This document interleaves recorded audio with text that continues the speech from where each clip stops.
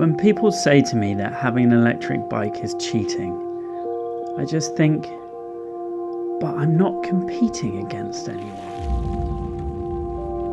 In my 20s, I was a bit of a bike adventurer, packing panniers and setting off whenever I had time. But then I got a bit older, maybe a bit out of shape or lazier. And when Alba came along, I put the bikes away and became a hiker. That way she could come with me.